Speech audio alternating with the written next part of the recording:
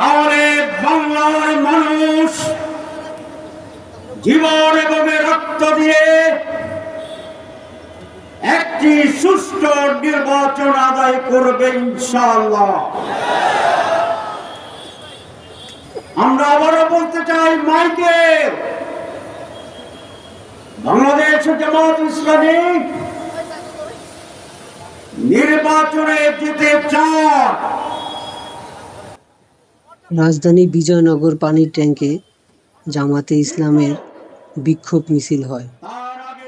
সেখানে তাদের অনেক নেতাকর্মীরা বিভিন্ন বক্তব্য দিয়ে থাকেন। নির্বাচনের আগে তারা সংস্কারটাই আগে চায়, কারণ এর আগে তারা মনে করে যে যত সরকার এসছে কোনো সংস্কার করে বলে করেনি, তাই তারা চাচ্ছে যে আগে সংস্কার হোক, পরে নির্বাচন। অভিনন্দন জানিয়েছে, বাকি সকলে ইতিবাচক বলে বলেছে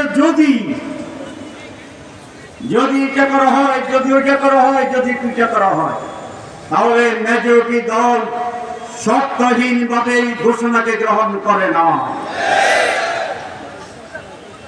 নির্বাচনে আমরা বলেছি সুষ্ঠু নির্বাচনের জন্য সংস্কার জরুরি, সরকার বলেছে।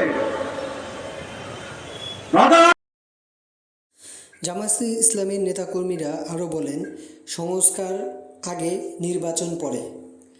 নির্বাচন দিয়ে কখনোই সংস্কার করা যাবে না, আগে সংস্কার করতে হবে, পরে নির্বাচন, এ কথা বলে। তাদের আরও নেতাকর্মীরা বলে, জামাতে ইসলামী বরাবরই মানুষের পাশে আছে, মানুষের পাশে থাকবে, জনগণের সেবা করবে। আপনারা আমাদেরকে সাপোর্ট দিয়ে যান, আমরা ভবিষ্যতে আপনাদেরকে সাপোর্ট দিব ইনশাআল্লাহ, এ কথা বলে তাদের নেতাকর্মীরা বক্তব্য রাখে। Live news 24 desk.